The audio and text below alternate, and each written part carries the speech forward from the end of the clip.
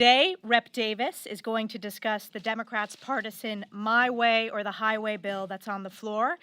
And Representative Mike Gallagher will be discussing his resolution condemning the Chinese Communist Party for 100 years of gross violations of human rights. We must continue our efforts to hold the Chinese Communist Party accountable on the COVID-19 cover-up, on their human rights violations, on all of it. And we must stand with the Chinese people for freedom.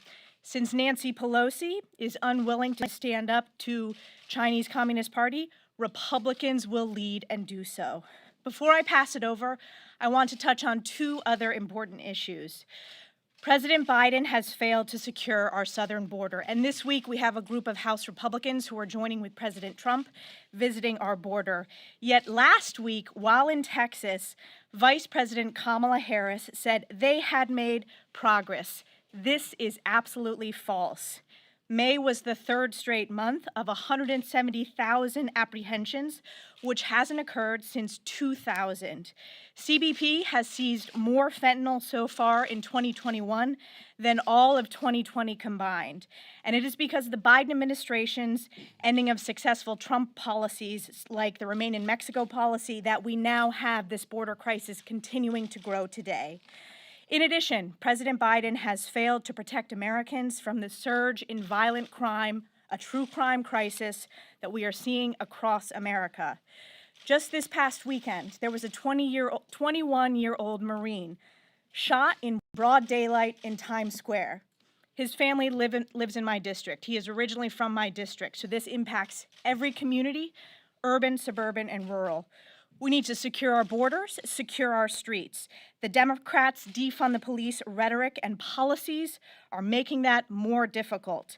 I'm now going to turn it over to my colleague, Representative Mike Gallagher from Wisconsin. Thank you. This Thursday marks the 100th anniversary of the founding of the Chinese Communist Party.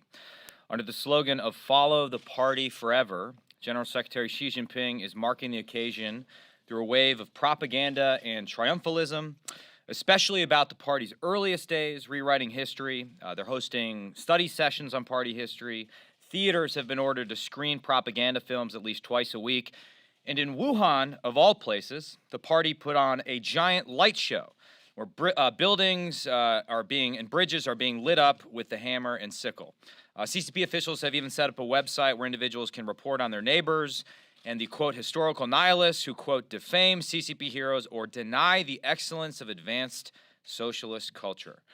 Well, with an invitation like that, and to assist General Secretary Xi Jinping in his commemoration of CCP history, I've introduced a resolution that details the dozens of crimes against humanity from across the last century of the party's history. The point here is to illustrate that the abuses we're seeing from the party today, including the genocide in Xinjiang, and think about the fact that we now have two successive administrations, one Republican, one Democrat, have certified that what is going on in Xinjiang province is a genocide. There's not much worse than a genocide. This is not a new phenomenon. Human rights abuses are hardwired into the Chinese Communist Party's very DNA. So I'm thrilled to say we actually have strong bipartisan support for this resolution. Thanks to the work of my colleagues, Representative McCall, Representative Gallego, Gottheimer, Stefanik, Golden, and Fitzpatrick. We have a broad bipartisan group that is united in standing against the CCP's ongoing crimes against humanity. This is a message that all Americans should get behind, and I urge Speaker Pelosi to bring this resolution before the House this week and thereby allow us to send an unambiguous message that we do indeed deny the excellence of advanced socialist culture, and we can lay the CCP's true nature bare for all the world to see. Early in her career, Speaker Pelosi was a very forceful denouncer of the CCP's human rights abuses. In the aftermath of Tiananmen Square, she said, "First, we saw the massacre, then we saw the masquerade." Well, I could not agree anymore. Let us help end the masquerade and speak the truth. I urge the Speaker to bring this resolution to the House floor for a strong bipartisan vote. Thank you.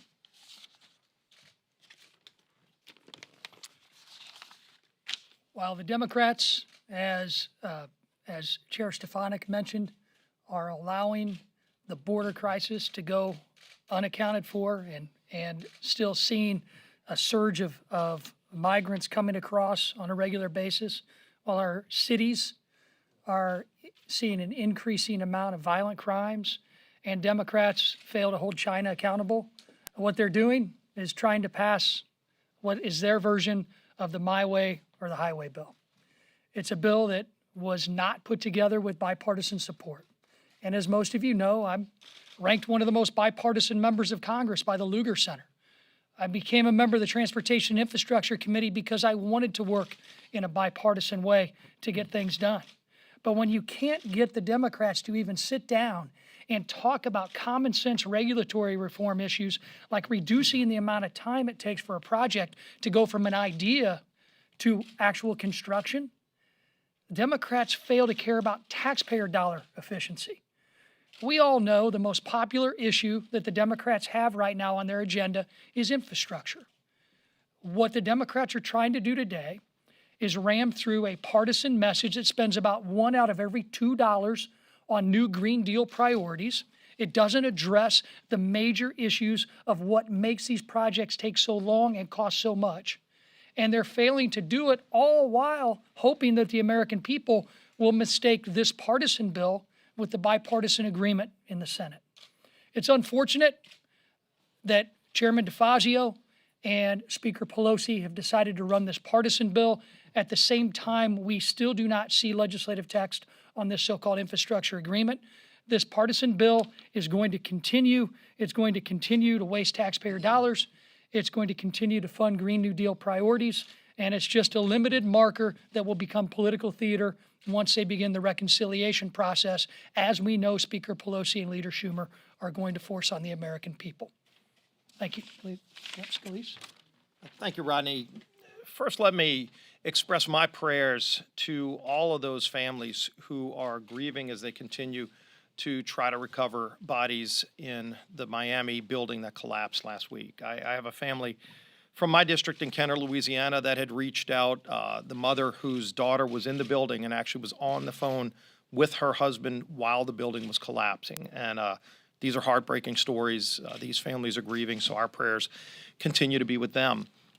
Here this week, we're dealing with a number of crises, and yet on the floor, we don't see legislation that Speaker Pelosi is bringing to address any of them. As Elise talked about, the border crisis continues to get worse. When Vice President Harris went to Texas, she didn't go to the border areas where the worst crossings are. I went to McAllen, Texas with many of my colleagues. She should have gone there. She should have gone to the Donna Detention Facility. But most importantly, she should be working with our Border Patrol agents who all will tell you what they need to do to solve this crisis. And frankly, it's all things that President Biden himself did to start creating this crisis at our border. They can solve it today. We call on them to do that. There is a crime crisis in our country as well. And interestingly, over the last year, Democrats have embraced the defund police movement, and it's had detrimental results. It has had devastating results in so many cities across America where Democrat mayors participated in this defund the police movement. And we've seen, unfortunately, police officers leaving the police force in record numbers.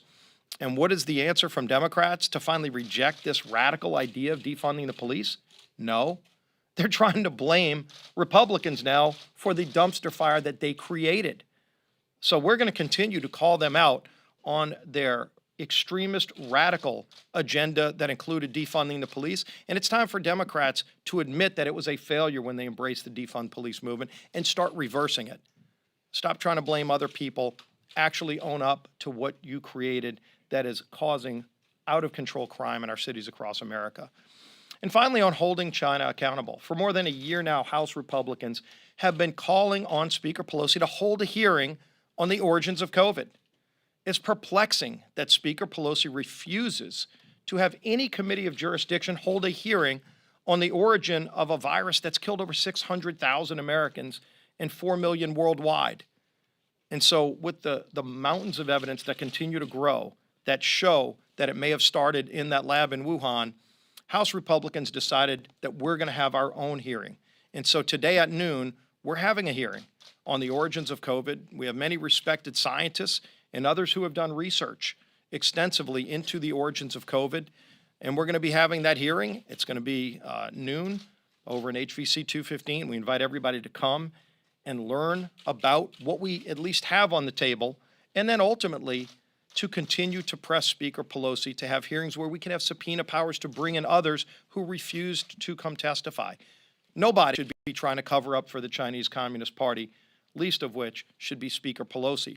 The fact that the Senate passed a bill unanimously that actually will show some of the data and declassify some of the information that's out there, passed unanimously in the Senate. Speaker Pelosi won't even take that up. So House Republicans are going to continue to press to get the answers, to get to the bottom of how this virus started. It's about time, long past time, that Democrats join in. With that, we'll be happy to take questions. Yes, sir. I wanted to know more about the Conservative Climate Caucus, whether the House Republicans are finally coming to the table on the topic after what seemed like a lot of reluctance to embrace the problem that scientists have identified. Where is that coming from?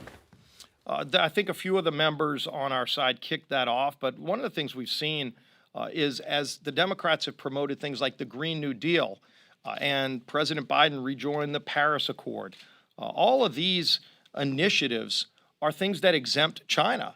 If carbon emissions are the real concern, why would you want to put policies in place in America that make it harder to make things in America and ship even more jobs to China, which is the largest emitter of carbon? And so whether it's President Biden shutting down drilling, which a federal judge just overturned that order, he's made us more dependent on foreign oil. OPEC nations are gaining more leverage. Russia, bizarrely, President Biden killed the Keystone Pipeline in America, citing climate, and yet he green-lighted the Nord Stream pipeline between Russia and Germany. So clearly it's not fossil fuels or carbon that President Biden is concerned about. It's American jobs that he's blocking, and he's doing it at the expense of not only American workers, but at the expense of carbon, because more carbon's being emitted in those foreign countries because they don't have the standards we have. What I'm given to understand, though, is that this caucus has more to do with informing Republicans about the issue of climate change, not so much pointing out China's role in any of this. But You'll have to ask members of the commission what their objective is. About whether this is a late coming to the table on the topic. No, in fact, Republicans have been leading for years on American dominance and the standards that we have. A lot of people like beating up on America.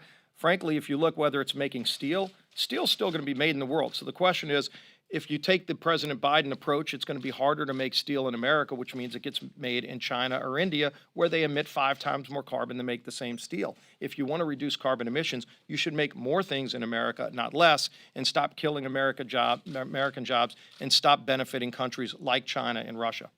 Yes. Yeah, so on Speaker Pelosi's January 6th bill to create a committee, will the Republicans, A, vote for that? And B, will they participate on that committee in any way, shape, or form? Well, ultimately, let's see where the vote goes. But if you look at the last vote, it was overwhelmingly opposed by Republicans. And what we've said is, look, there are a lot of standing committees that have jurisdiction. I think even the Senate is taking the approach of having some of their standing committees look into it. Speaker Pelosi ought to be exercising that same ability, not going down a partisan route. And so, you know, we'll see where the vote goes, but ultimately they have the ability right now with standing committees. But on so many fronts, Speaker Pelosi is not using her standing committees to carry out the will of the American people. I just talked about holding China accountable. Not a single hearing by any standing committee, and there's at least 5 of them that could be having hearings today, including the select subcommittee on the coronavirus, yet to have a single hearing on the origin of the coronavirus. Republicans are on that committee. Will Republicans be on Nancy Pelosi's committee? I can't answer that question. Yes. Whip Scalise. I was wondering, what's the GOP message to voters besides Biden sort of done everything wrong regarding China, the border, crime? What's the message to voters besides being anti-Biden administration? Well, what Americans want to see and what Republicans want to see is to get our country back opened again, to get our schools back open again, to create jobs and stop paying people not to work, to get crime under control. You don't have to reinvent the wheel to figure that out. How can we secure America's border? Our border was actually more secure when President Biden took office. He took direct action to open up America's border and make it less secure. So again, if he didn't like Donald Trump, at least acknowledge those policies were working to make our border more secure and go do those things that were working. We had a humming economy. Right now, we're seeing rising inflation in part because of President Biden's actions. I wish he wasn't taking those actions.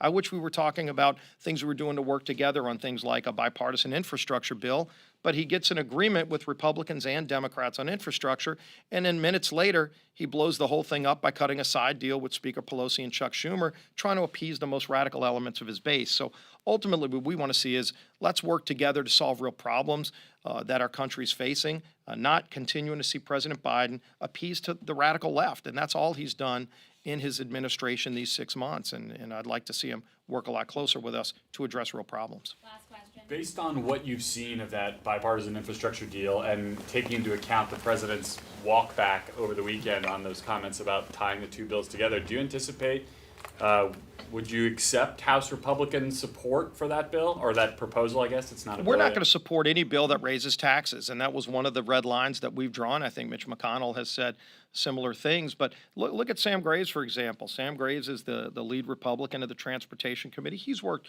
with Chairman DeFazio on what most people would consider very bipartisan initiatives. In fact, the definition of infrastructure itself had always been bipartisan, and then Democrats tried to change it to include things like home health care workers being unionized. Most Americans would say that has nothing to do with infrastructure. And raising taxes, this week they're bringing a bill to the floor that has over $700 billion of spending, much of which has nothing to do with infrastructure, all unpaid for. So on the bipartisan proposal, we still haven't seen details yet, as Rodney Davis talked about, but the framework that we are hearing are things that many Republicans support, whether it's the traditional infrastructure, roads, bridges, ports, waterways, and broadband, using some of the existing funds that are unspent from previous relief bills. There's hundreds of billions of dollars of money that's been unspent, and many, both on the Senate and House side, have identified those funds as a way to start paying for it. You've got to look at how to pay for it, and not in a way that raises taxes and kills American jobs. So those are the things that we've been for from the beginning. Sam Graves laid that out in the bill that he unveiled. Hopefully, as we see more details from the bipartisan group of senators, we also see President Biden very clearly drop this hostage demand that unless you also have a reconciliation bill that raises taxes and spends $4 or $5 trillion of additional Washington spending, let's get back to the bipartisan approach. Thanks, everybody. Well, thank you all. We'll see you at the hearing at noon.